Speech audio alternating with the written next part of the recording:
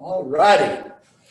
Well, again, I hope you're doing well, and thank you so much for joining us today. My name is Phillip Yarbrough, and I joined TrūAura about a month and a half ago, but have been talking with Rick for the last couple months. And it's been a wonderful journey of just learning more about who you are as a company, as well as how I can fit into the mix. And so I joined the team as the director of sales and really helping out Rick to see how we can actually partner together and take TrūAura into the next stage of growth. We'll talk about this in a little bit, but you've come out of the startup phase and now you're in the infancy stage, heading towards the growth phase. You hadn't even gotten there yet. And so today I want to be able to walk through some of that of what does that mean? At the same time, how do we take it to the next level? And truly what that is creating a larger consultant count, not to grow the business, but to impact other people's lives. But before we get started, I want to tell you a little bit about myself. First of all, my name is Phillip Yarbrough, and I'm from Dallas, Texas. I've lived all over from New York, LA, Australia, quite a bit of time in China. But this is me. This is who I am. I love being outside. I love adventure. I love jumping off of stuff, hiking stuff, swimming in things and with things, and having a great time, seeing the cultures of the world. You wouldn't tell from this picture, but I'm actually a little bit fearful of heights. And the reason I do stuff like this is you get really comfortable being comfortable. And maybe you're that way. Raise your hand if you actually you've gotten comfortable and gotten in a rut. But what I find is if I can actually do things in my personal life that make me uncomfortable, then all of a sudden I get very comfortable being uncomfortable. I know it sounds weird, but I like doing stuff like that. And so that whenever I have times like this where there's a couple hundred people, 200-300 people on a call, I don't get the butterflies as much. I feel like it's exciting and excitement. And so that's why I do stuff like this and have fun and adventure, but it's really part of my why and who I am, travel. And here's another wonderful picture of me in Australia. I just moved back from Australia where I was actually over the sales for Norwex over Australia and New Zealand. We had a robust sales team there and really enjoyed leading them and they've been around for about 10 years in Australia and New Zealand and just taking them to their second and third levels of growth. And so really had a wonderful time. On the weekends, I got to go explore and have a wonderful time. And this is up in northern Australia on the Great Barrier Reef. And you can see my little friend here, Nemo, that I got to hang out with him just a little bit and see some wonderful things. Not pictured here is the 6-foot shark that's about 20 yards away. Another big part of who I am and what my why is these three beautiful girls. No, they're not mine. They are my nieces. The one in the back here, this is beautiful Reagan. This is Caitlin in the middle. She's the oldest of 11. Reagan is 9. And then you have Blakely, the ringleader of them all down here. She's the boss and the CEO in that house. She is 5 years old.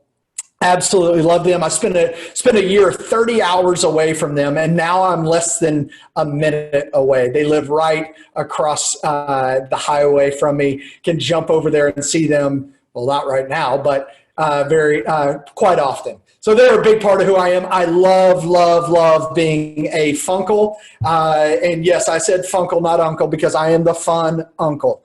I love to shake them up and hand them back. About once a quarter, they'll come over and we'll do a big sleepover and watch movies and eat all the sugar in the world and have a good time. And then I sleep for like a day or 2 or 3. So you moms out there, I appreciate you because I have no idea how you do it. Yes, dads as well, but I know moms, you're carrying the brunt of that load. You power moms out there. The last and final thing that is part of my why, it's my little man. He's running around here somewhere. You might hear him bark here in a second. I'm hoping, I asked him to stay quiet, but this is Knox. He is my 7-year-old Westie. This is his hippie haircut. We're out throwing the ball and having some fun, and he is always on a constant lookout for squirrels. Squirrels are his there's a love-hate relationship. He loves to hate them, and he chases them up every tree he can find. So Knox is a wonderful joy, and I love having him back in my life. While I was in Australia, he can't travel because of some conditions he has. So he stayed at his grandparents' house, my parents, just not too far away from me here. So it's been wonderful being a part, having him back in my life, as well as my parents as well. So they all live in Dallas. I'm a 6th generation Texan, born and raised here. Love being in Dallas and being back here. It is home. So what I would ask you today, though, is as we get started, is do you have a spirit of gratitude? Do you have a spirit of gratitude? The reason I ask this is at times right now, especially where we're living in, is it's hard sometimes to have that spirit of generosity, of gratitude. And I would actually change this a little bit where it says gratitude changes everything. I would say gratitude can change anything. We are all have been dealt a situation right now. And it's all a very similar situation for the most part, but it's our circumstances that are different. And what I can tell you right now is that if you have a spirit of generosity and gratitude and look for the small things, you will be able to find purpose in the struggle. And if you can find purpose in the struggle, you will be part of the solution, not part of the problem. You'll be part of the solution, not part of the problem. And what I want to walk through today is some of those key little items that you can do that will actually promote a spirit of generosity, a spirit of gratitude. And so whenever we look at that, there's a couple things that I want to talk to you about. In times of trouble, I want you to think of 2 things. And these 2 things are something that most women, absolutely love. It's diamonds and gold. Diamonds and gold. In times of trouble, I want you to think of diamonds and gold. So why? Why would you want to think of diamonds in times of trouble? And right now we're in this circumstance of trouble and pain and different things. But what I want you to realize is that diamonds are just a small piece of charcoal that handles stress very well. A very insignificant item like charcoal that handles stress very well. And so something that is very insignificant can turn into something that is beautiful and for some of you very priceless, especially if it's put onto a ring that says forever. But what it does, it has created a constant pressure. It's not the ups and downs, it's the constant pressure. And what I would say is it's the constant pressures of the world. The constant pressures of the world that create the diamond. But what I know about people is that whenever we are pushed and whenever we are put under pressure, that's when we thrive. So right now we're in a time of pressure. And at TrūAura, you have a solution that people need. There's people out there that are dealing with a lot of stress right now. A lot of pressure. And it's not just because of the coronavirus. It's not just because of the COVID-19 and everything that's going on and house arrest, all of those things. It is actually just the regular ups and downs of life and the pressures that we face. And you have a solution. So I'll challenge you is make sure that you're giving people an opportunity to turn their circumstance from charcoal into diamonds. The second is gold. Why is gold important? Why do I want you to think of gold in times of struggle and in times of stress? Well, first and foremost, I want you to realize that it's purified by a refining fire. So whenever the fire heats up, the circumstances in our lives heat up, it liquefies the gold. And whenever gold is liquefied, the impurities come to the surface. Why the impurities come to the surface is it starts to purify and make the gold a higher quality. And those higher qualities, those impurities come to the surface in order for the blacksmith to scrape them away. And in this analogy, you are the blacksmith, you are the upline, you're the mentor, you are the person that has actually invited someone onto your journey. So what you're able to do in times of struggle, in times of fire, you're able to have impurities, and some of those impurities might be efficiencies in your business. It might be upskilling. And upskilling might be working with Zoom, doing Facebook parties, whatever it might be. But ultimately, those impurities come to the surface to be scraped to the side, and so that you can become more efficient in your business.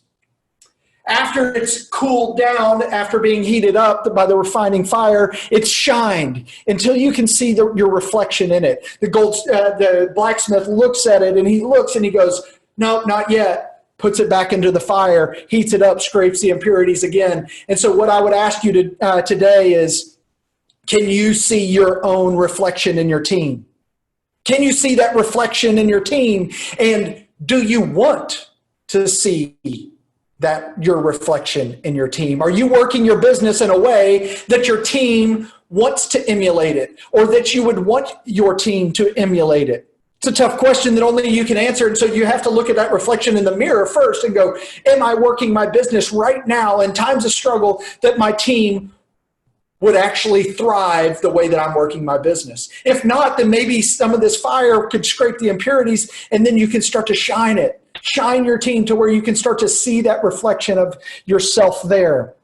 And then you can continue to repeat this as you go, until those impurities come up and you're able to work with your accountability partners, trilogies, whatever it might be, so that you can become better as a mentor and as an upline.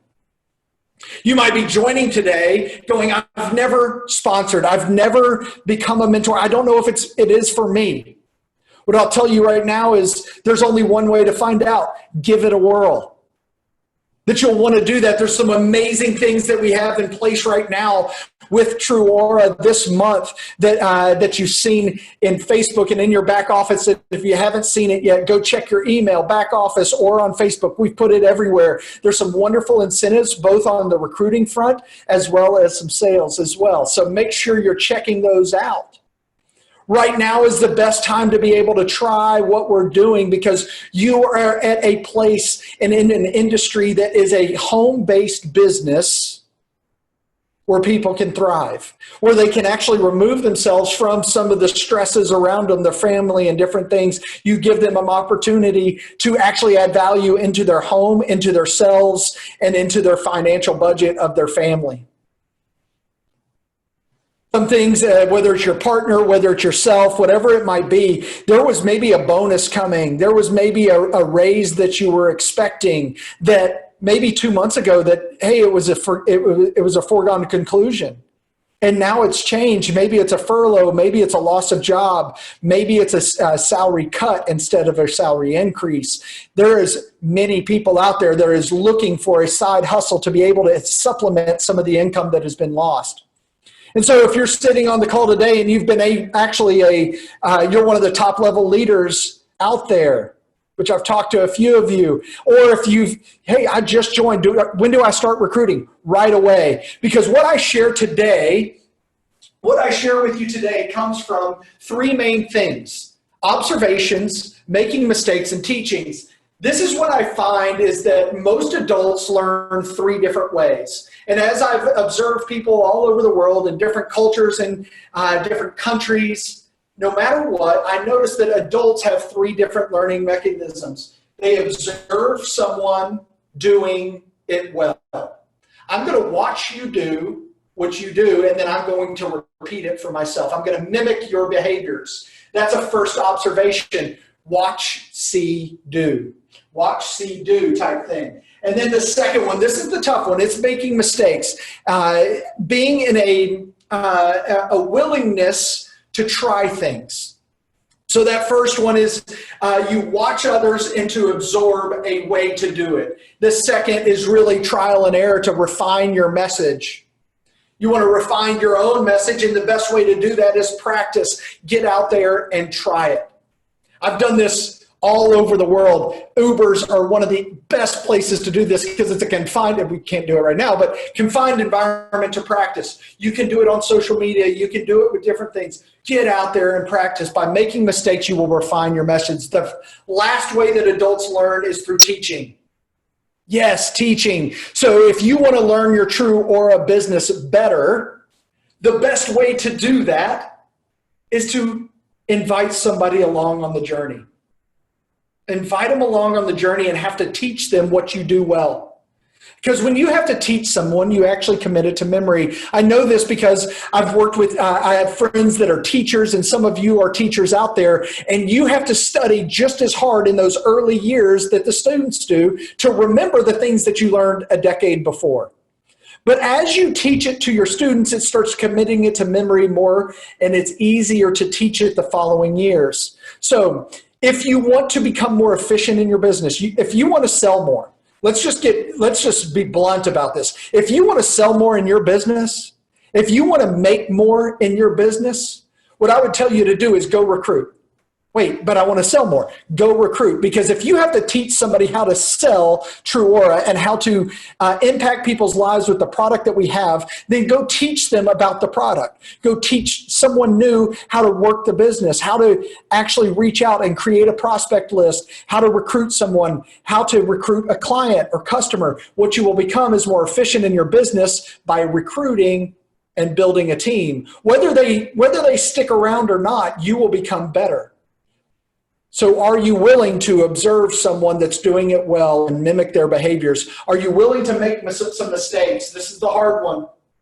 The perfectionism in us all is fearful of making those mistakes. So what I would ask you to do is, if you're willing to observe somebody, and if you haven't observed someone, maybe watch them on FaceTime, maybe watch them on a Facebook party, whatever it might be, practice together on FaceTime, give feedback. And then the last one is truly teaching.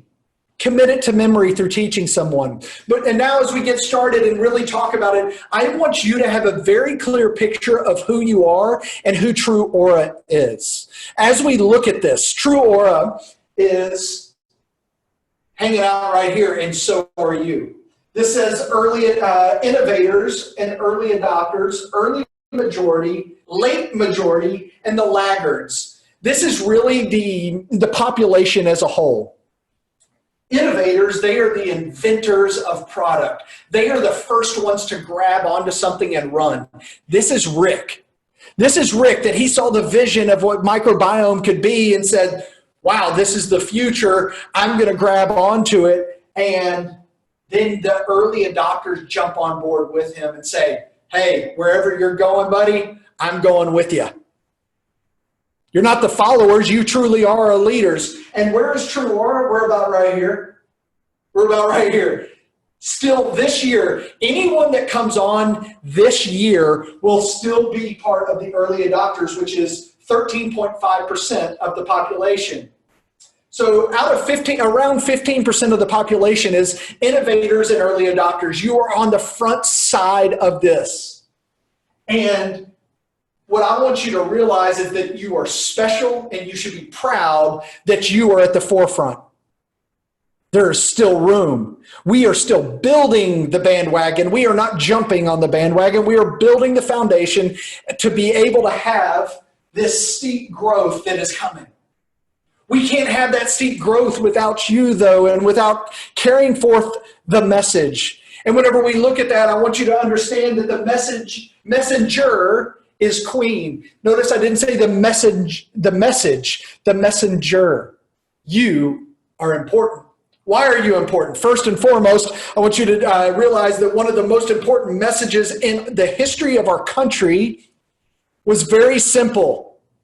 It was taken by horseback in 1775, and it said, the British are coming. The British are coming.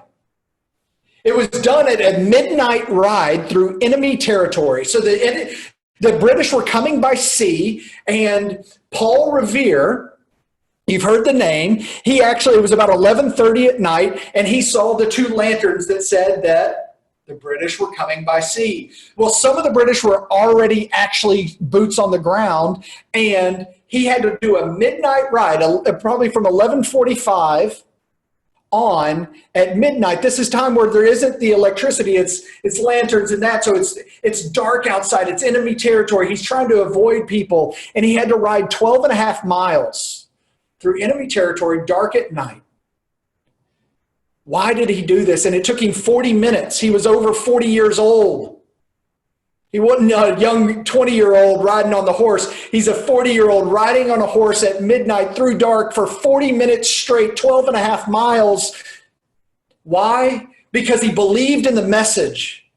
But that message that the British were coming would have meant absolutely nothing unless there was a messenger to carry it forward. You are that messenger.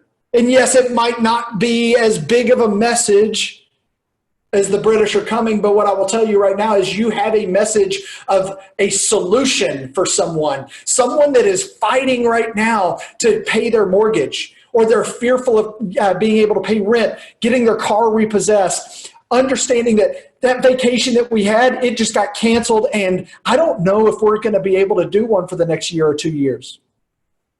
There's a message that you have. There's a secret that you have that is important for the audience. And the message is important, but you being the messenger is just as important, because 1 year after he did this midnight ride, 1 year later in 1776 on July 4th, we had the Declaration of Independence. So tell me, is the messenger important or is the message? And this time, I would say the messenger was the much more important part of this, that they saw the vision, they saw the bigger picture, and were willing to do what some might thought is impossible. Because the product is important, but it will only go as far as you, the messenger of TrūAura, will take it. You are the face of the company, and you are important. So who do you tell?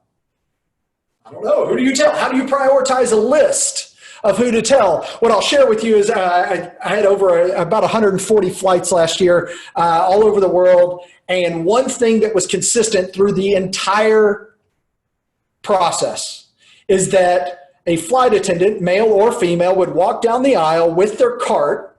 In Australia, we called it a buggy. But they'd walk down with their cart. And they would get to row one, and they would look to the side, and they'd say, would you like something to drink? Would you like something to drink? And they would ask everyone on the plane. But what I never noticed was that they would go to the first row, and they would ask somebody, and that person says, no, I'm fine. And then they close up their cart and walk to the back of the plane. They did not let the answer of one determine the thirst of everyone else on the plane. I share this story because many times in the direct sales world, this is exactly how we talk about the business. We let the thirst of one determine the thirst of everyone. Understand, you are in the communication business. You are not in the conversion business. It is not your job to determine if they want to join or not, or if they want to partner with you or not. It is your job to actually just communicate. Hey, this is who we are. This is what we stand for. This is why we do what we do. I'd love for you to join me because qualities and characteristics like you are really good at what I do. And you say that to everyone. Understanding that success is determined by the consistency of a believed behavior regardless of the outcome. Wow, that's tough. What do I mean by this? Success is determined by the consistency of a believed behavior. Everybody say believed with me. A believed behavior, regardless of the outcome. Okay, so let's think this through real quick. This is working out. Let's take it outside of our industry. This is actually working out. If I go work out this morning, or you go work out this morning and you haven't worked out in a while, and then you look in the mirror and you see no outcome. You don't see, you're like, I did the behavior, but there's no outcome. It would be silly to expect an outcome immediately.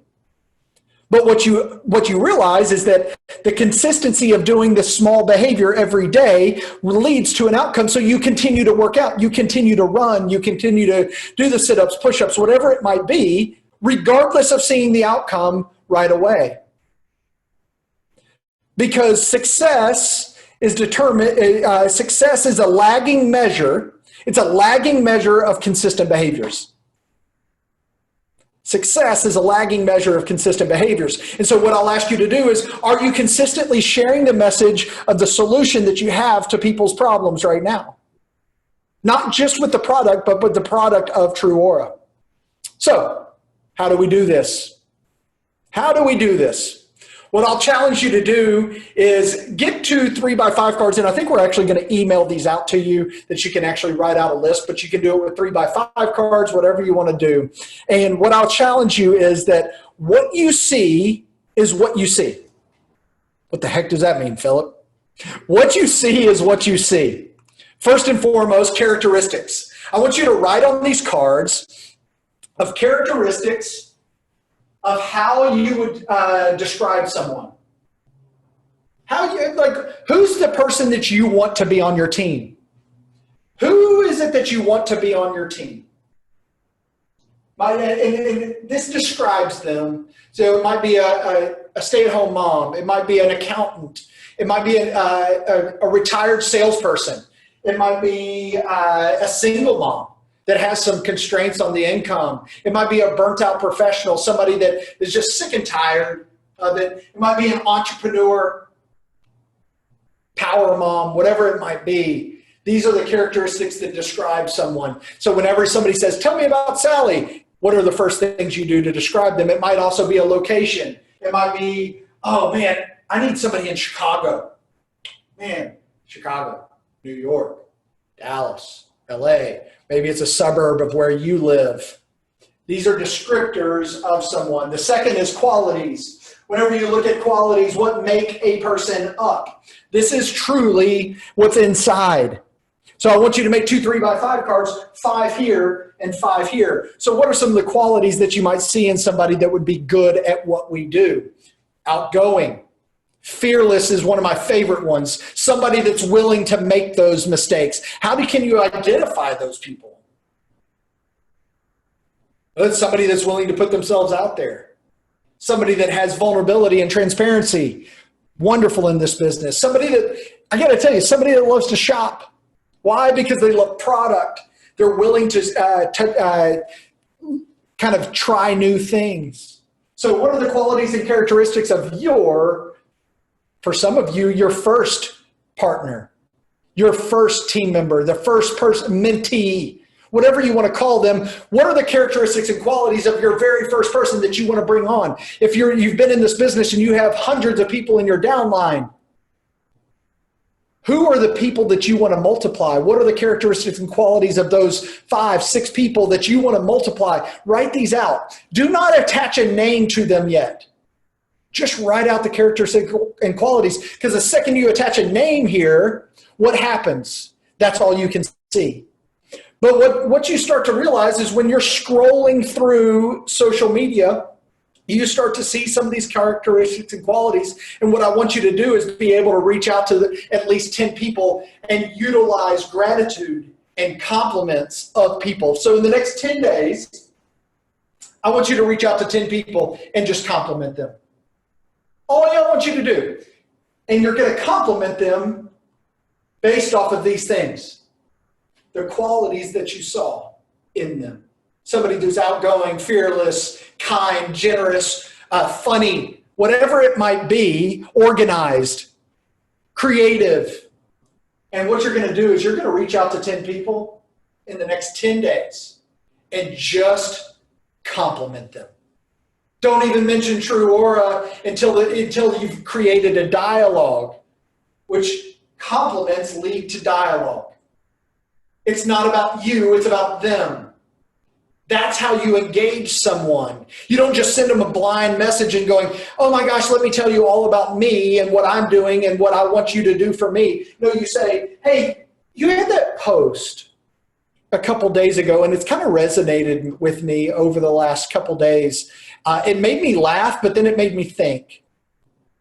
Or you posted that meme, and I got a great laugh out of it, and thank you for that. And I appreciate it, because what you will find is that people can live off of a wonderful compliment for a long time. As Mark Twain says here, for a good 2 months on a good compliment.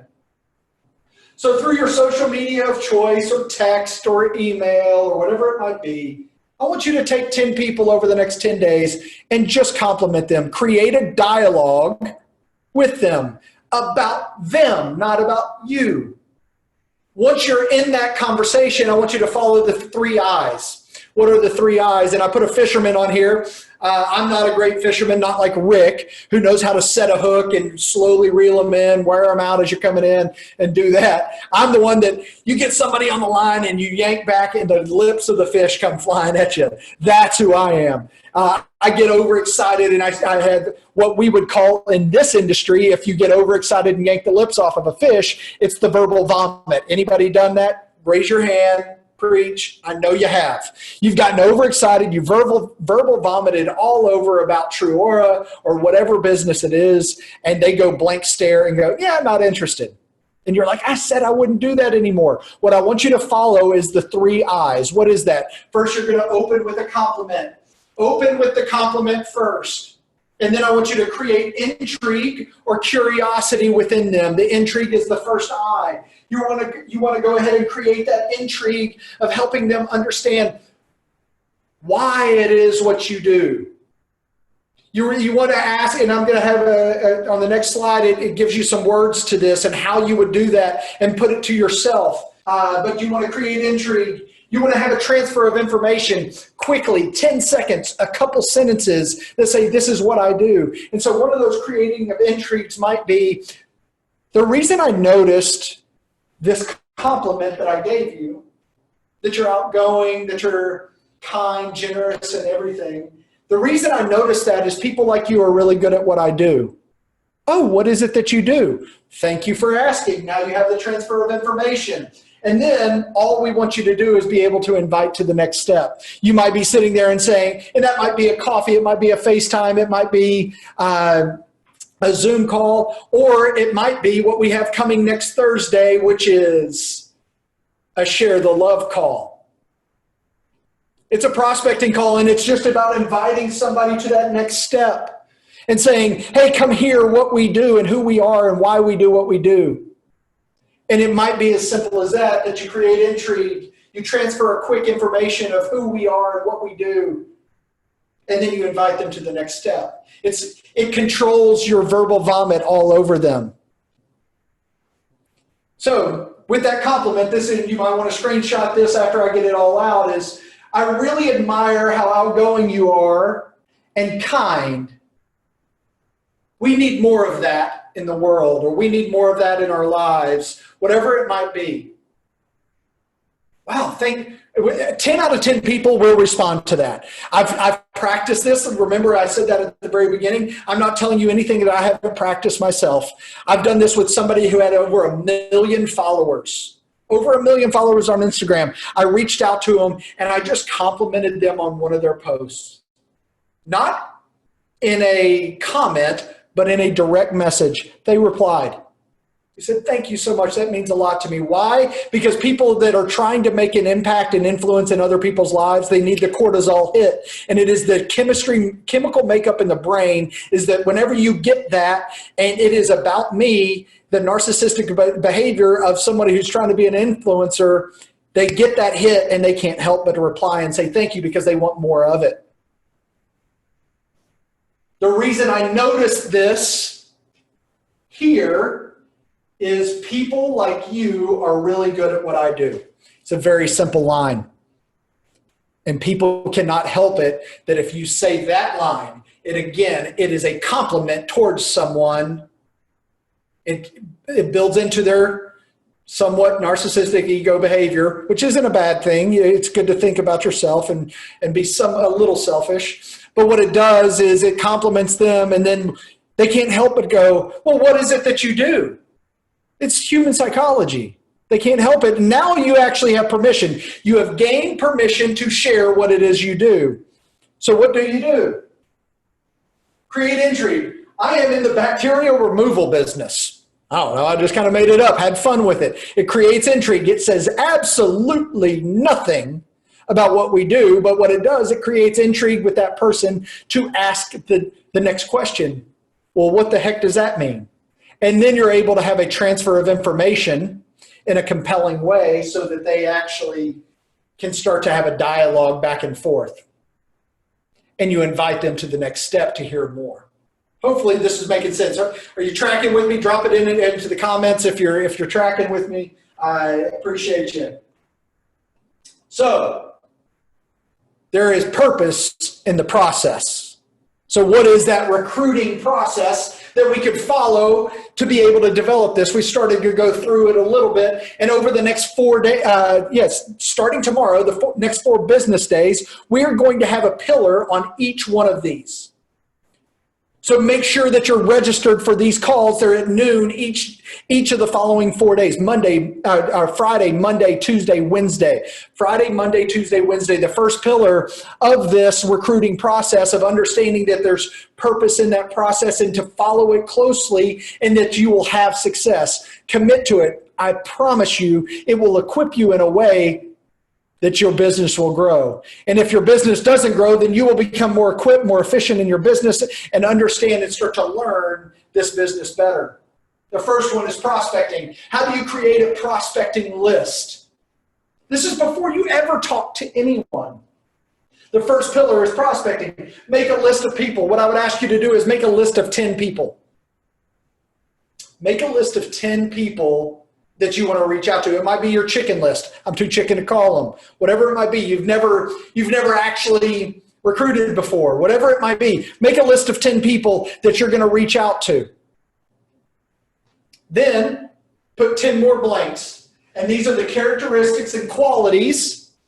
The characteristics and qualities that you want on your team. So these are I want you to fill the next 10. So now you have 20 spots on your prospecting list. You've got 10 people with actual names, and then you have characteristics and qualities of people you want on your team. The final thing is, I haven't put it up here, but 5 people on social media, maybe that are influencers that you want to reach out to as well. And saying, I want to create curiosity with them to draw them into who we are. And if you get a dialogue going back and forth and you want to invite them into a conversation, and reach out to me. I'd love to have a conversation with you and them and talking about how maybe they can join your team and partner with us at TrūAura to really launch into the next phase of who we are. You can also look at it as a SWOT analysis of not only you, but your team. Where is the strengths, weaknesses, opportunities, and threats? And that's the SWOT. Strengths, opportunities, weaknesses, and threats that you have in your own life, that you have in your own team, that's in your own qualities and characteristics. You might want to bring someone on that has the same characteristics and qualities as you, but then you also want to bring somebody on that is opposite of you, that can help build out your team. You don't want just a bunch of the same yous. You want to build out a team that actually is built for growth and that you can pour into each other's skill sets. I have four different type people that actually work really well in this business. The first one is an entrepreneur. An entrepreneur, this is a person that's at the forefront of of the business. They might be the first person at the Apple store to get a new iPhone. Different things that they're always looking for the next new thing. They're uber competitive. These are the entrepreneurs that are pushing the envelope and that are that really jump off the page. So finding the entrepreneurs, also the burnt out professional. The burned out professional. The reason the burned out professional, this is the person who's sick and tired of the 9 to 5. They've been overlooked for promotions. They haven't gotten a raise. They missed out on their bonus. The 9 to 5 have turned into an 8 to 6. They have to leave the house at 7. They get home at 7. Now an 8-hour day is turned into a 12-hour day. They're burned out. They're not feeling appreciated, and they're looking for a lifeline. You are the solution for them, and you have the answer. You just haven't asked the right person yet. You haven't found the right person. So every person you talk to on your prospecting list, they're either one of these 4 people that I'm going to show, or they know someone like that. So you have to paint a picture for some of the people that you're looking for. The third one is the power mom. A lot of you are this. And I don't know how some of you power moms do this. The more balls you have in the air, it's easy, the more you can juggle. And it's fantastic. The more efficient you become, and the power mom is key. The second act is the fourth and final one. This is the second act. Somebody that's maybe retired from one of the first three. You're never retired from being a mother, but maybe they're an empty nester now. And they have a void within their life. Some of you have gone through this, that the kids have moved out and you're like, what do I do with all my time? I have this void. I need to fill it with something. And I promise you, she will fill it with something. Let that be TrūAura. Burnt out professional. It might even be somebody who's not burned out, somebody like a teacher right now who has a lot of extra time on their hands that might be looking for a secondary source of income. Think of the teachers in your lives that might need that. An entrepreneur, they might have moved on from a past opportunity. They sold a business. They stepped away from a business, something that they thought was going to take off, didn't take off, and they're looking for the next thing, and now they're on to the second, third, or fourth act. Or it might be just somebody who retired, and they've hit the last golf ball, they've played the last match of tennis, and they've gone on the last cruise that they can go on, and they need to feel value in their lives, engage their mind a little bit more. The second pillar is scouting and scripting.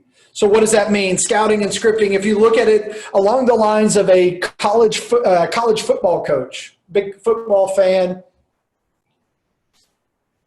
they don't just show up at a football game, at a high school football game going, I hope that there's a great football player here that we can prospect. No, they actually do their homework first. The prospecting is the homework. The scouting is, hey, we're going to go and we're going to observe that person, and then what are we going to say to them in that first encounter? So it's scripting out what you will say to each archetypal person. So you wouldn't show up, a college football coach wouldn't show up to a high school football game to talk to a quarterback and then tell him about the defense or the running game or what this or that. No, you talk to him about what's specific to him. He would tailor the talk directly towards him. He would utilize the 3 I's, create intrigue, transfer of information, and invite to the next step. That might be coming to campus. It might be on a Zoom call for yourself. Not everyone is driven to a decision the same way, and neither should your approach. Your approach shouldn't be just cookie cutter. It should be tailored to each person you're talking to. It's a customized approach to each person. The third arm, which will be done next Tuesday, we'll do this on tomorrow at noon, scouting and scripting on Monday at noon. All of these will be recorded and shared. The third arm will be recruiting. What is recruiting? I thought it was a recruiting process. What the recruiting arm is it's actually just a transfer of information in a compelling way in order to drive towards a decision. A transfer of information in a compelling way in order to drive towards a decision. It's the golden circle. It's starting with the why we do what we do. So why we do what we do at TrūAura. The golden circle is a method created by my man crush Simon Sinek. And if you haven't read any of his stuff, his first book where he talks about the golden circle is Start with the Why. I know Rick has one in his office that he's read.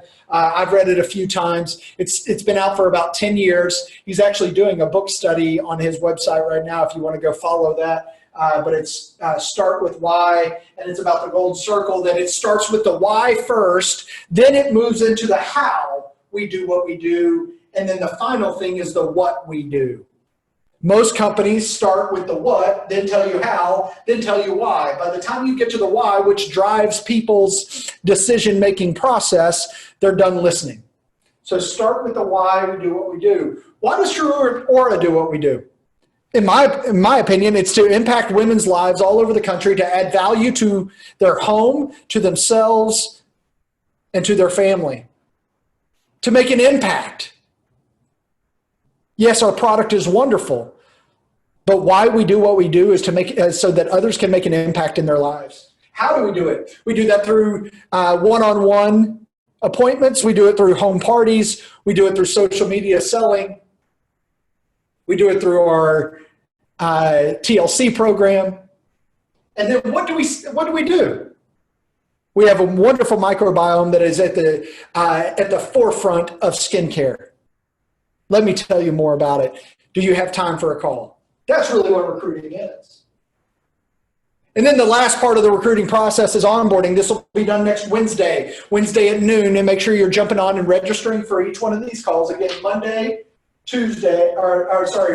Monday, Tuesday, Wednesday. And onboarding is part of the recruiting process. Why? You have to understand what motivates them. Not you, but them. What are the expectations that they have of TrūAura and of you? Not the expectations that you have of them and how you want them to work their business, but what are the goals that they have? Because if you can understand what their finish line is, then you can walk it backwards. Let's take, for instance, a marathon. If somebody wants to go run 26.1 miles, you don't just go, well, let's go do it right away. No, you walk it backwards and you say, well, you need to be running at least this much the week before, this much the week before that, that's the week before that. And you walk it all the way back to then what do you need to do tomorrow? You are able to put together a plan and set milestones along the way. So this is the recruiting process, and I hope you like it. Because over the next 4 business days, we are going to dive deeper into this of about a 30-minute session on each one of these. This is just a 30,000-foot view of each one. So what I'd ask you to do is, are you willing to share the secret? Are you willing to share the secret? You're sitting on it right now. Some of you have shared. Some of you are a little bit more tentative of sharing. But what I'd ask you to do, be willing to give it a try, because you will be better at your business. Who would you tell, and who would you keep this a secret? If Amazon and Netflix, and then both, one of them went public maybe about 14, 15 years ago. Netflix did the initial public offering, and then Amazon was in 1994, so 25 years ago, almost 26 years ago. In the initial public offering, the IPO, $1,000 investment in Amazon would now be worth $1.3 million. $1,000 investment into Netflix would be $350,000 today. What I would tell you right now is, who would you tell if you had this information? Right now, it's free to invest into TrūAura. It's free. And what I will tell you is, over a 25-year period, that will be worth more than $1.3 million if you work the business the way that it's meant to be worked. So why not tell somebody? Why keep it a secret? Because it is worth as much, if not more, than both of these wonderful investments. So today, I'm going to challenge you to, there's a plant that is out there called the PyroFidic Plant. The most famous one is the eucalyptus tree. And if you know about Australia much, it's the most prominent plant in Australia, the eucalyptus tree. There was just over 30 million acres of forest burned in Australia less than 6 months ago.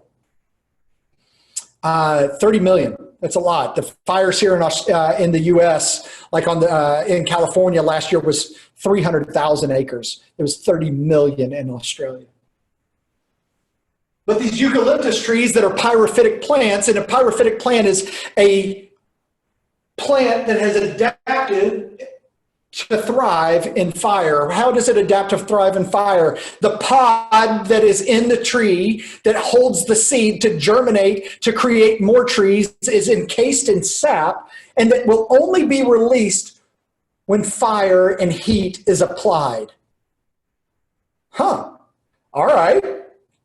Hope you're tracking with me, because right now there's some heat and fire that has been applied in our circumstances of our everyday life. Are you a pyrophytic plant? Are you a pyrophytic person? Because the seed can only spread when heat is applied. So I hope that right now that you are feeling a little bit of the heat and going, I am going to thrive and have opportunity for growth in the struggle. I'm going to be willing to be the diamond in the gold. I'm not going to stay as a piece of charcoal or a dirty piece of liquid gold. I'm actually going to shine. I'm going to become the diamond that I know I can, because I can be adaptive to the fire and I can give solutions where others see only a problem. Are you a pyrophytic person? I know you are. I hope that I am seen as that way as well, is that when the struggle comes and whenever the world's pressures come around me, that I can shine, that I can be the diamond in the rough. The message, I want you to leave you with this, is the message is important, but the messenger is key. You are the messenger. You are the only one that will be able to take us to where we are going. We are counting on you. There are people that need this solution. Believe me. Make your list of people that need a solution to the answer that you have. We are not in an instant gratification industry. We are not in this instant gratification industry. It takes a consistency and commitment to a behavior regardless of the outcome. This is the working out analogy, that it's not just like I did this and now I'm going to get this. I did this, now I'm going to get this. No, it's like I did this and then I did it again and then I did it again and I did it again. And I know that the gratification will come if I continue to do it, because I believe in the behavior. Thrive in this time of fire. We can always find fire around us, but don't rob somebody of the opportunity to be able to build into their own lives and add value and impact other people's lives. Thrive in this time of fire, because you will come out shining like a piece of gold. I'm proud of each and every one of you for jumping on today. Hopefully you feel poured into, that you feel equipped to go out there and take us to the next level. I hope to see you tomorrow at noon. If you have any questions or anything, this is me just hanging out, waiting for you. Shoot me an email at Phillip Yarbrough. That's Phillip, Yarbrough, Yarbrough at TrūAuraBeauty.com. And then this is my cell down here, 214-908-3221. You can text or call to that number, and I look forward to hearing from you. If you want some clarification on this, or a lot of the times on these clarification, it will come from simply joining tomorrow, joining Monday, joining Tuesday and Wednesday. If you're not able to join, we will have recordings of those calls. I'm sure Pete and the team back at their homes will actually post some of those links in the comments on Facebook, as well as emails that you'll see coming out. Thank you so much for your time today. I hope you enjoyed, and leave your comments in the section there if you enjoyed this. Talk to you soon. Bye.